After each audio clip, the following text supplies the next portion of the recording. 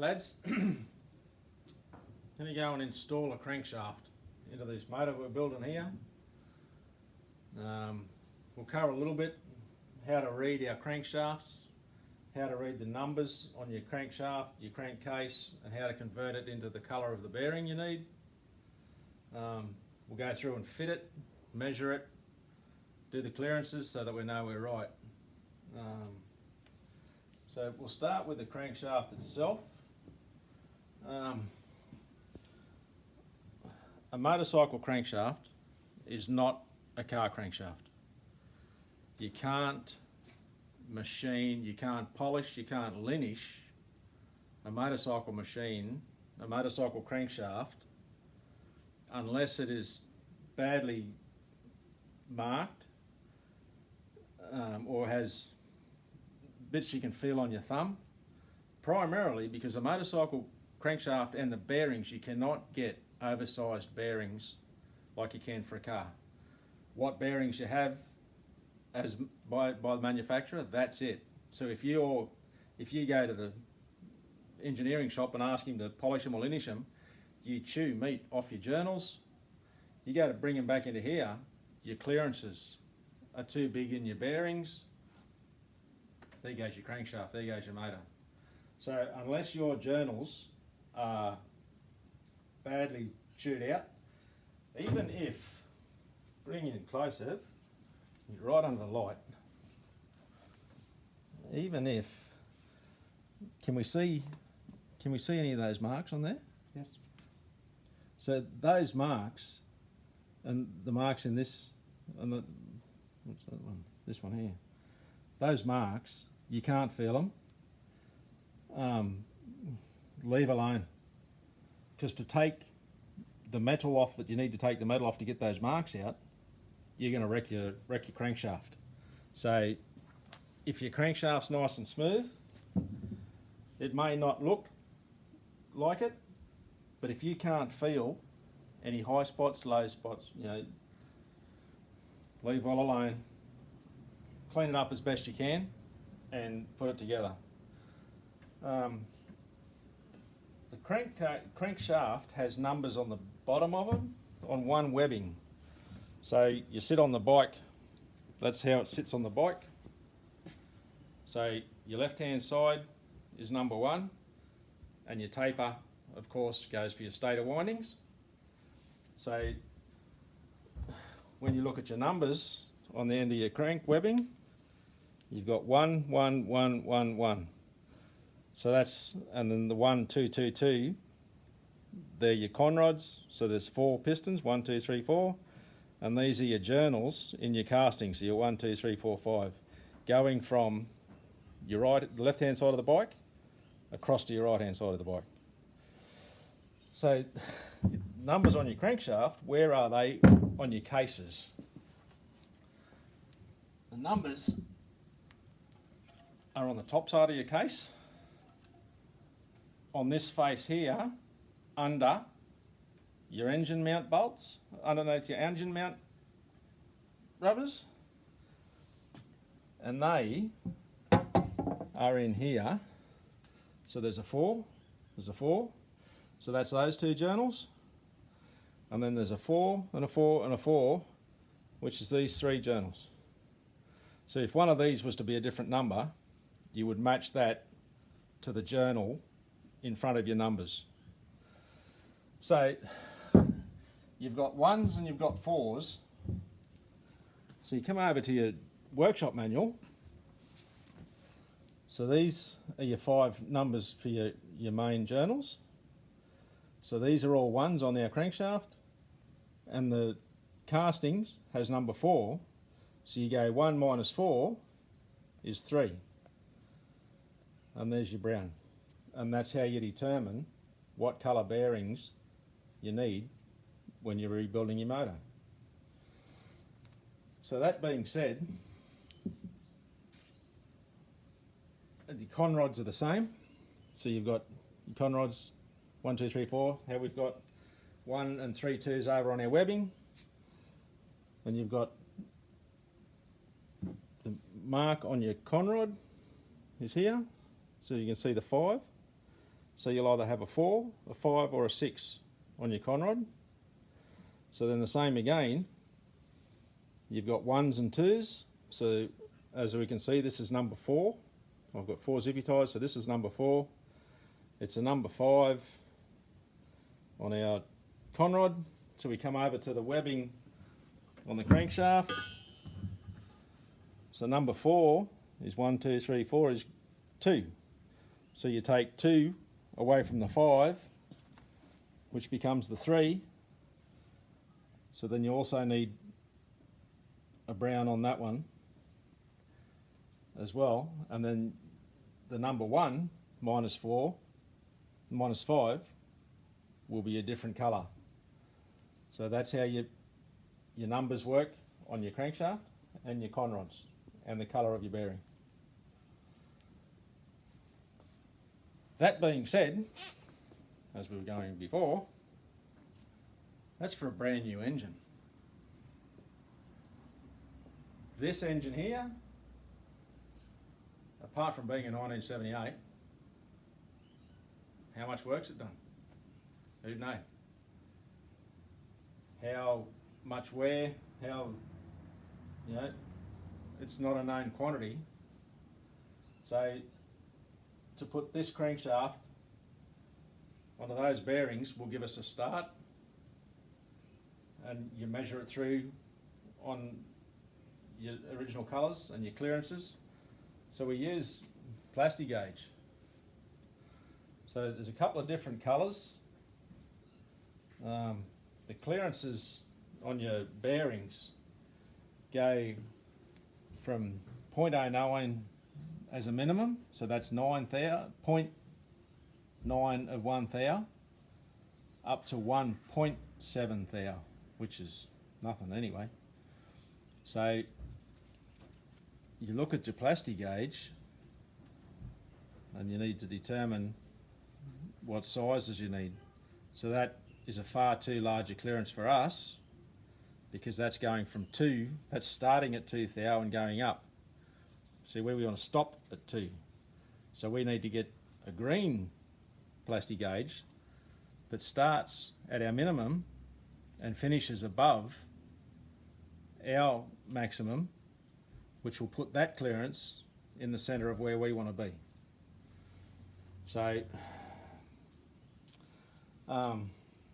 we need browns on our job for this motor. We need brown bearings. The kit that we've got has brown bearings, and that's conrods, this is cranks.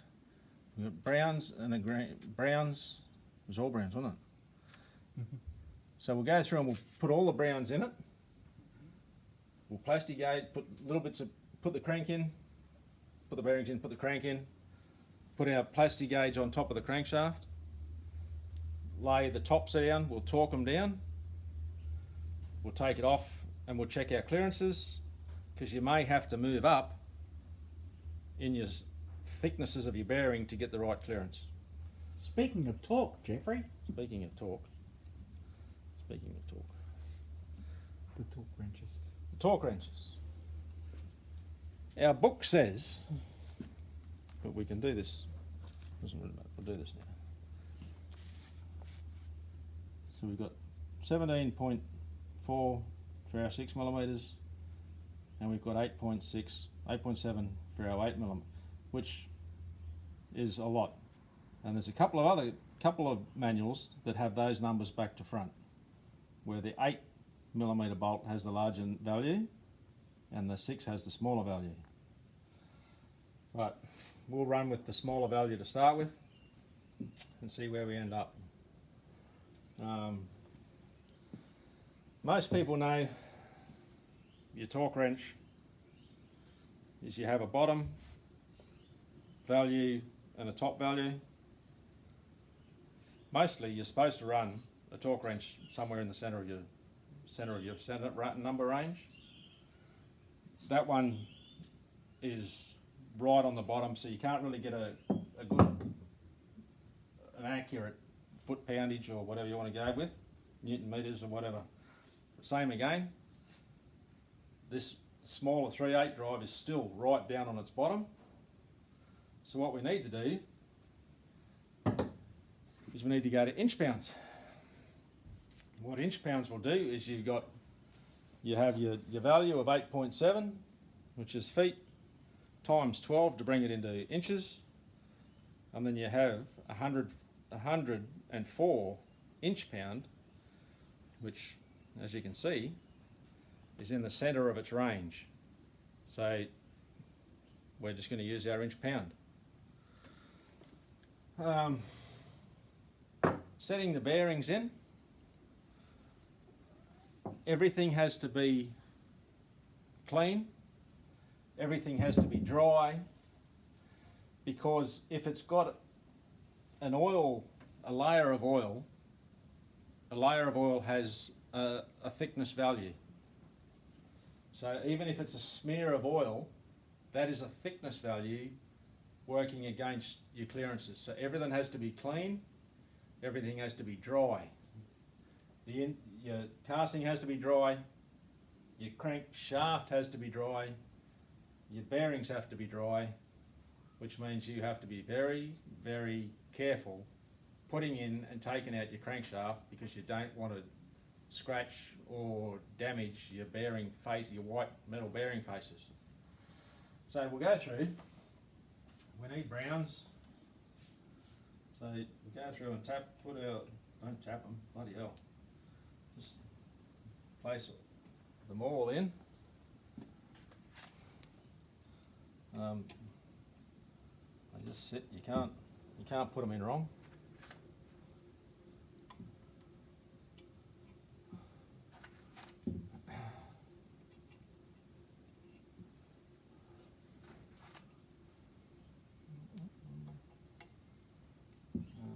Remembering that one blue, black, brown. One of your shells is a thrust washer. That goes on your machined face of the top part of your engine casting. So that one is different. What that one does, that stops your crankshaft moving sideways in your motor. So this face here is a bearing face, like that bearing face there on your crankshaft. So that one sits in there. Very important that you have that, otherwise your motor is going to be really, really wobbly. 1, 2, 3, 4, 5. So we go through.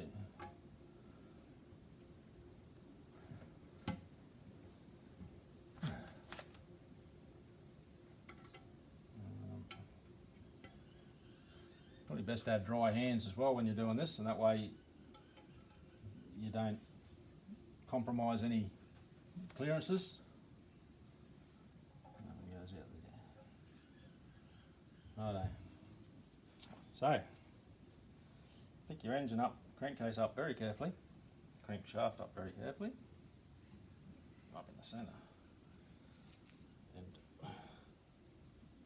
very, very, very carefully set it. You cannot move that crankshaft. You spin that crankshaft, you're going to chew metal off your white face. You don't want to do that. You can't move your crankshaft now.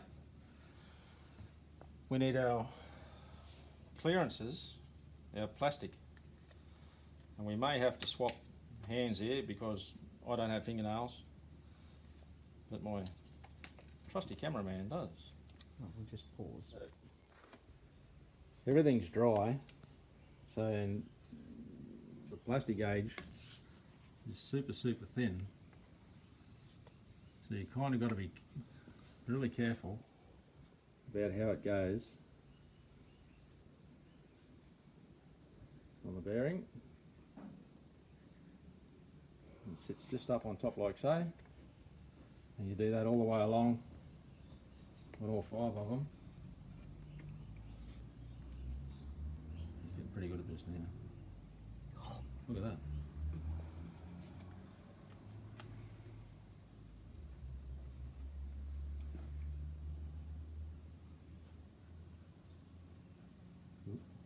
Use the pointer. No, it's not. Right, I'll use the pointer.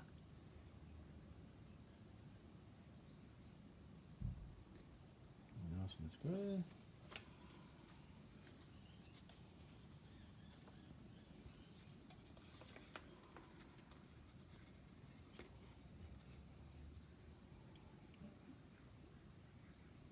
On top there.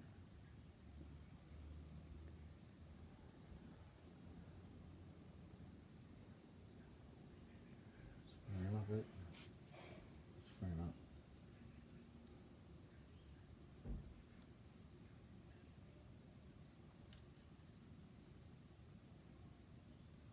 Good? Very good. Righto. So, it's the matter now, grabbing your crankcase stop and very carefully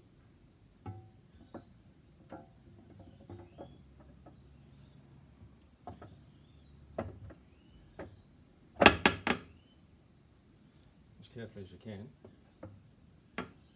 sit them on there like so. We need to just realised it's upside down because we need, so what we've done initially was the wrong way around, so your crankshaft needs to go in your top and then you lay your top on top so that you Bottom get on your top. bolts and bottoms. Obviously your two without washers go in. These should have oil on them.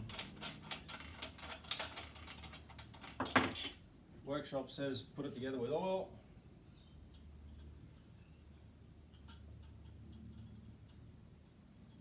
And I get some oil.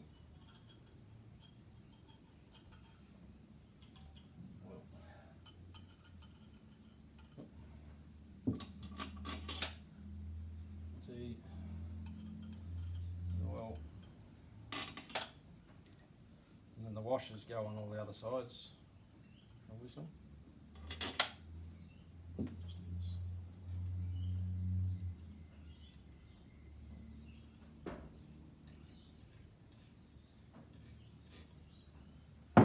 Quicker.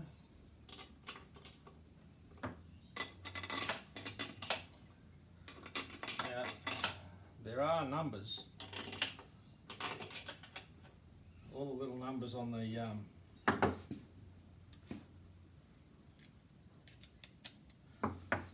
bolt castings here.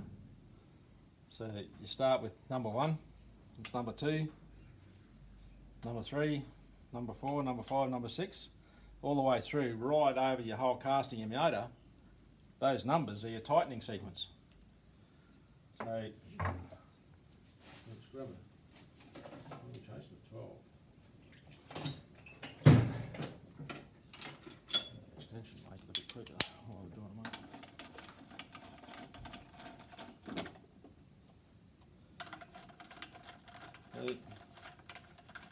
So you need to do it up in your sequence, even from start.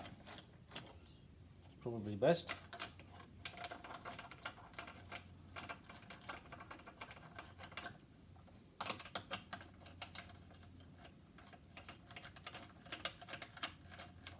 Six, so 7's over here. 7.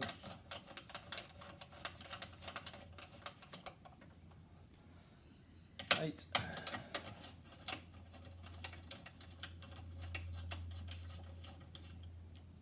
9.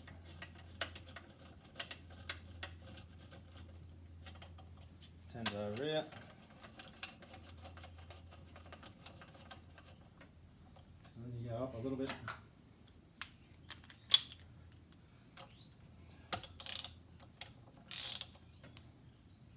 That's 1, 2, 3, 4, 5, 6, 7, 8, 9, 10. Then we go through and torque them up.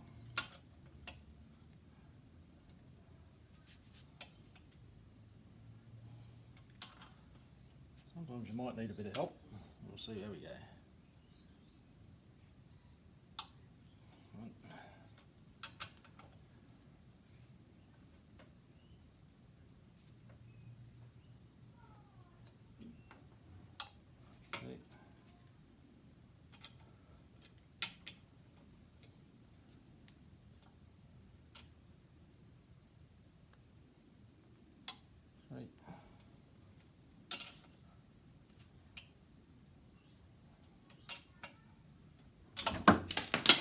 Don't do that.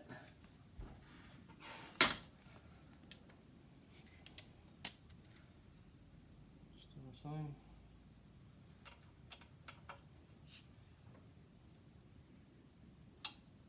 Four.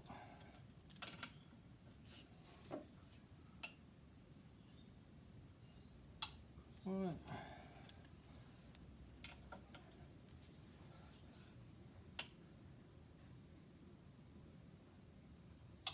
6.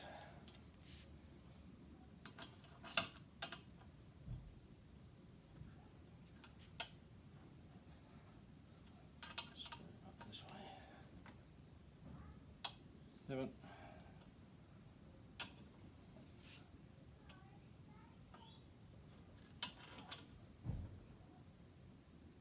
8.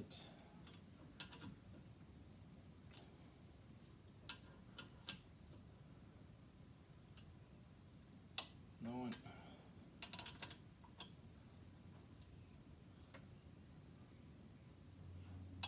10.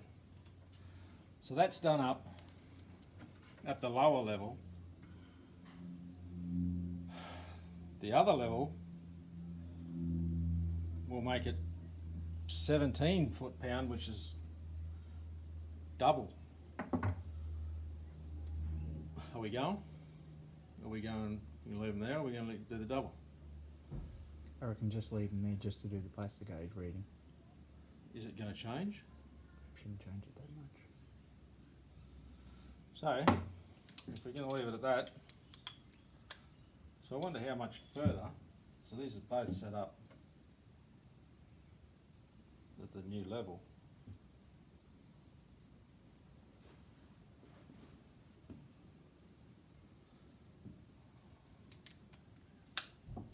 We just leave it. So this manual says the 8mm bolts are 8.7 foot-pound, which is the 104 inch-pound.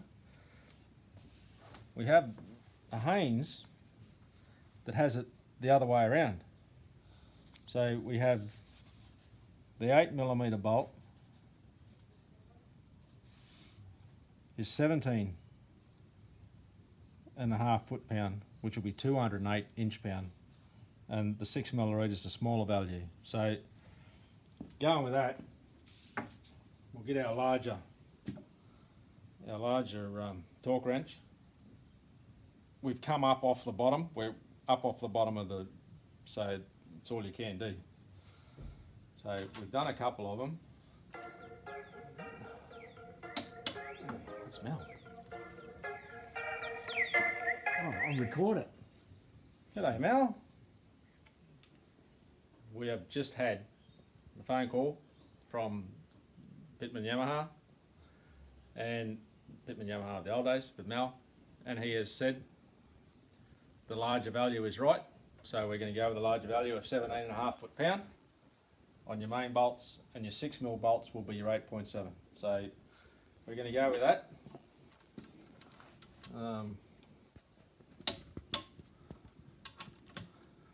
So we've done a couple up already. Three's here. 4, 5, and it makes sense because that moves a long way for a large bolt. 5, 6.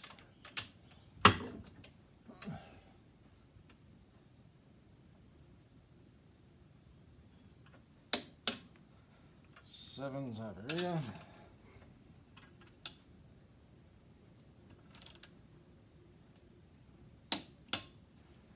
Eight.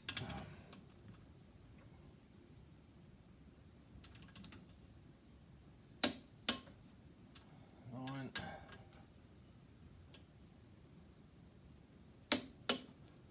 10.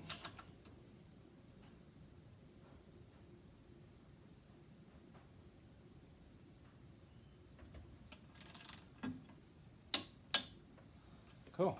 So, now that we've done that, turn around and undo them again. And that will have pressed them down to our agreed value. So once again we bring them off onto, just ease them off like we eased them down.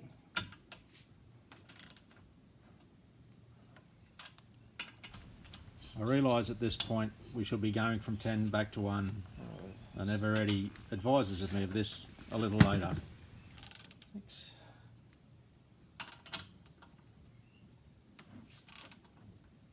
7. 8.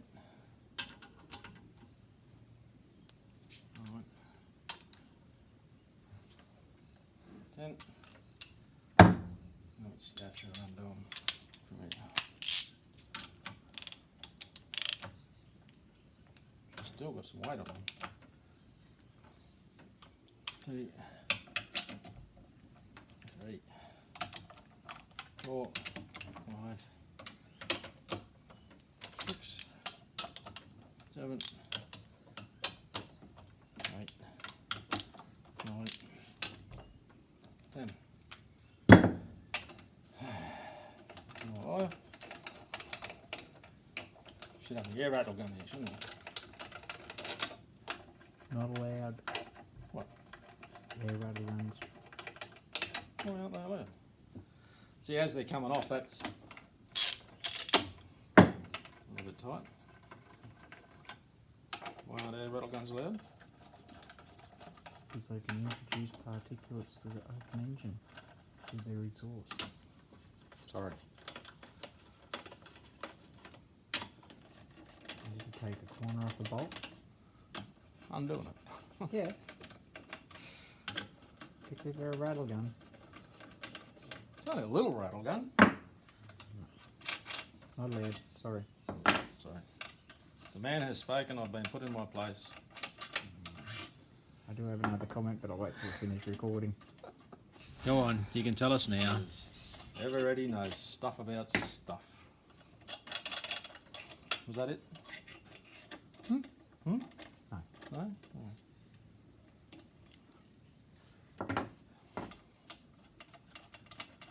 I might as well throw it out there while we are recording. Why not? Well, personally, I would have actually started undoing them in reversal of the tightening sequence.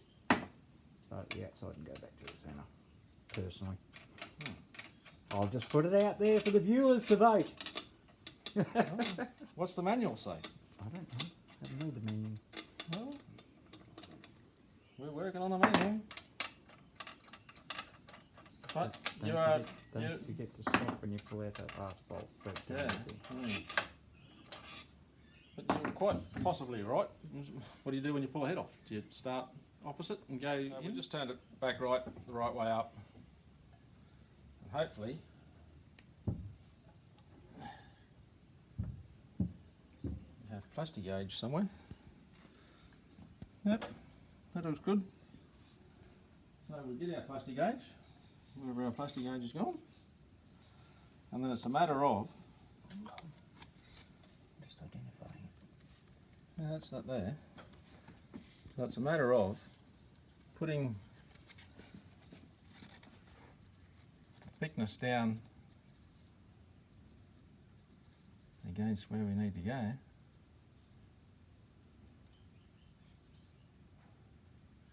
Which way is that? Is that too big? Or is that it?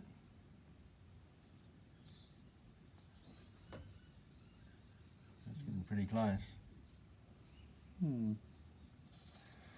So that would be a case So of we'll try this one here where we can actually lay it. We can actually lay it.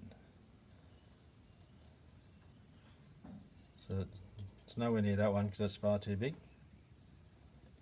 That's getting pretty close. Yep.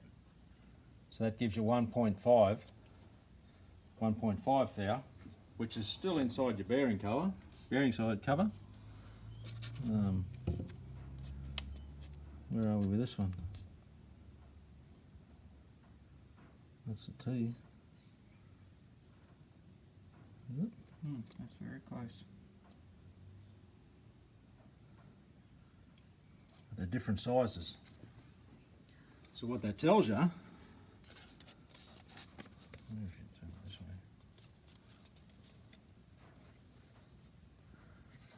Where are we here? It's a light in the road. That's all right. They get the drift. They get the drift. So it's a matter now of going through and sizing them up, and if they're all the same, That's an easy one. Do that one, Jeffrey. if they're all the same size, you can run with it